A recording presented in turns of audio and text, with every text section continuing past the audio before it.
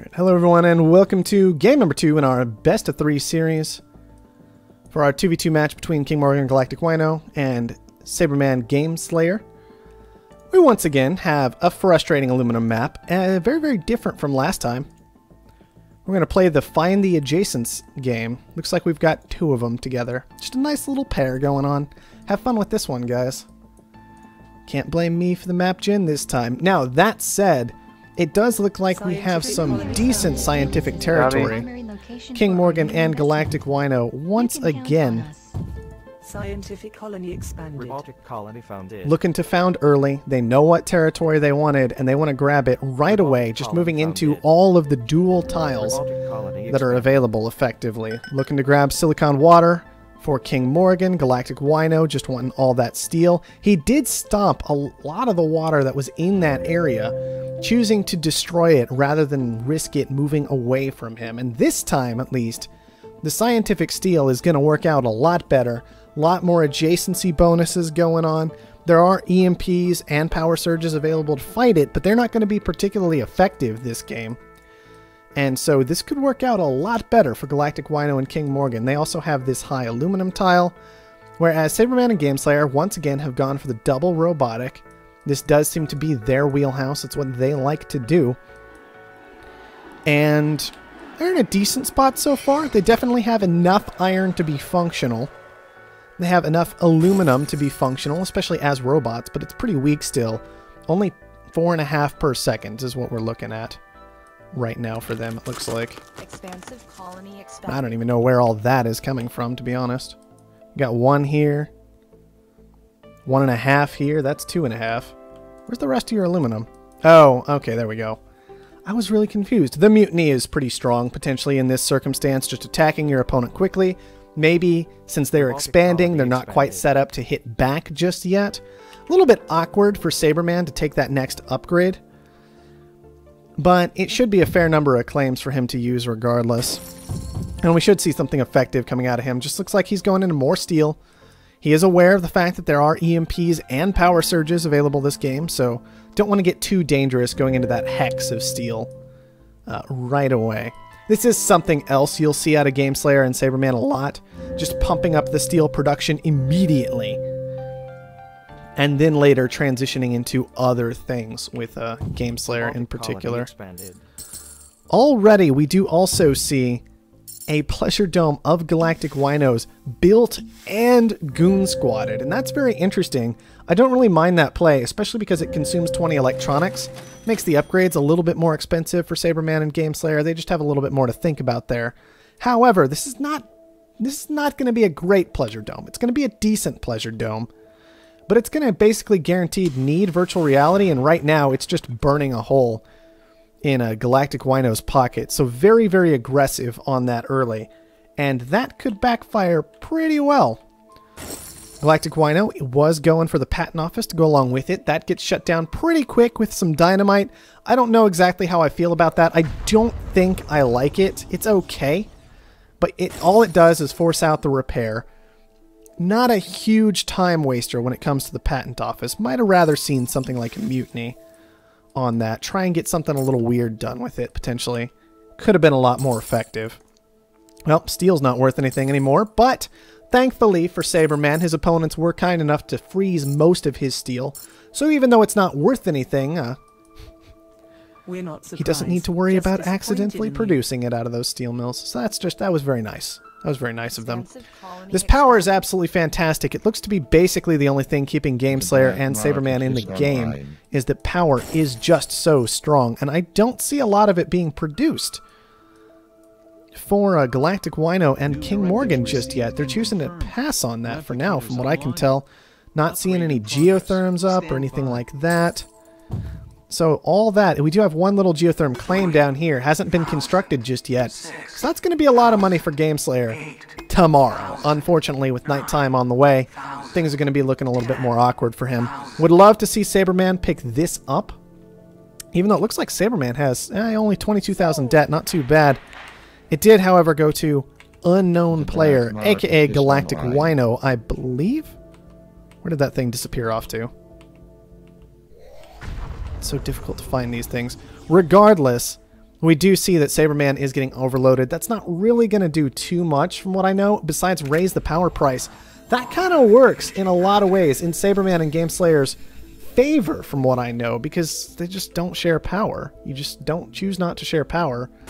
Try to not pay for your opponent's power through your power. Suddenly that price is just going up the whole time. It's helping you support that transition of money basically from Saberman's debt over to Gameslayer's cash reserve, unless Gameslayer is forced through some mechanic I am unsure about to pay for Saberman's debt regardless of the situation. Be a little bit awkward if it were the case, but it could happen.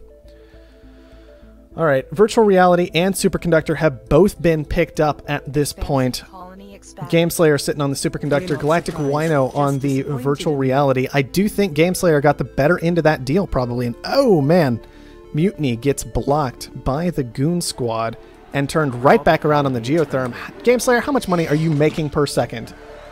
2,200 from power. Dropping not too rapidly either. I mean, we're just seeing like 1 tick down a second on average here.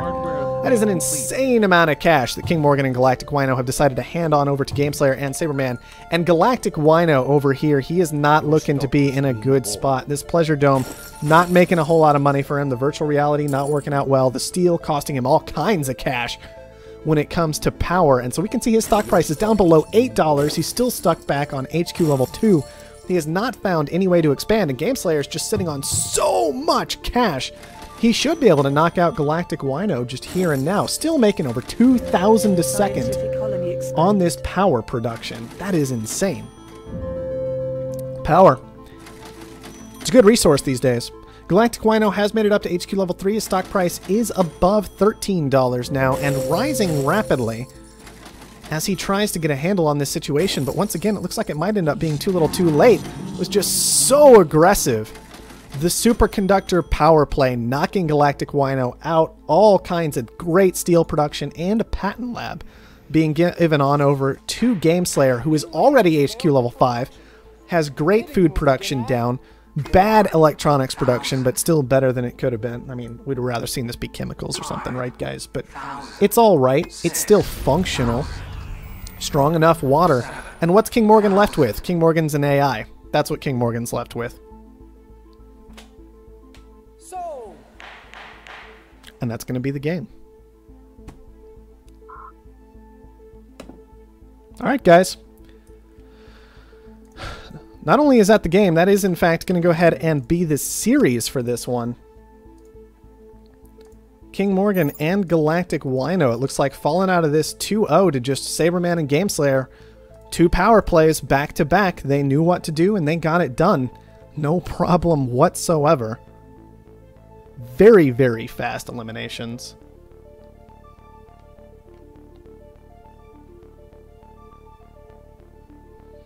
Yep, power's pretty important these days. People make a lot of power, and you can make a lot of money off power in a team game very, very easily and consistently. So I'm not too surprised to see that situation.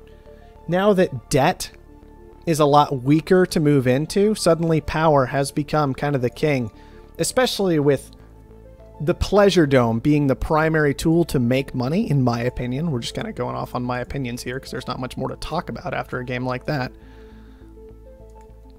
With the Pleasure Dome being such an important tool, that only uses power. It keeps making power more and more and more and more and more important. Superconductor itself, super cheap, is equivalent to 4 upgrades. 4 upgrades in your engineering lab. Takes what, like a 1/10 of the time to make happen? Not to mention a tiny amount of resources. No big surprise that power seems to be the key so far in these 4 games we've seen. Yeah, exactly. And it is important to note that as we see things like these faster and faster patent offices, these are high power consuming buildings. I mean, that's half a power right there. Half, right? The steel is 0.3. We're not seeing scavengers that will also contribute to things. We did not see power come out of King Morgan or Galactic Wino till after HQ level 3, I think. Because that's when we saw these like glass furnace tiles start coming out. Whereas Gameslayer, he was just ready to move right into it. Always taking that silicon. And Saberman, of course, is driving up that power price constantly, by just always going straight steel to allow Gameslayer those nice cheap upgrades. But you guys can see what you think, in particular, about the current power situation. I was hoping for some longer matches this time, especially because, as far as I know, King Morgan and Galactic Wino have been working at it pretty hard, but Saberman and Gameslayer are really showing off that they know what they're about. Man, like, no time to even use the black market this game. Literally a dynamite, a mutiny, and a goon squad for Gameslayer. Galactic Wino only picking up a goon. Saberman sitting on an EMP and a mutiny. King Morgan just on a power surge and a goon squad. It's just like nothing going on here. I do think this was a huge mistake and like a massive misunderstanding of what happened last game. Like, you rush into this Pleasure Dome. First of all, it's a bad Pleasure Dome location, not a good Pleasure Dome location. And then second of all, yeah, the entertainment on the Pleasure Dome, it looks great, right? It's a lot of money. But the power is so much more important. You just take away the superconductor and you take the legs out of that play in the short game, and then you can play for the long with something like your Offworld market. So much more effectively than you can play with a Pleasure Dome like this. Just 2 adjacency, still 2 robots in this game. It's never going to go to a full ridiculous Pleasure Dome, as long as there's a half-decent Offworld market available on that map. Then you can play around that so much more effectively. Alright.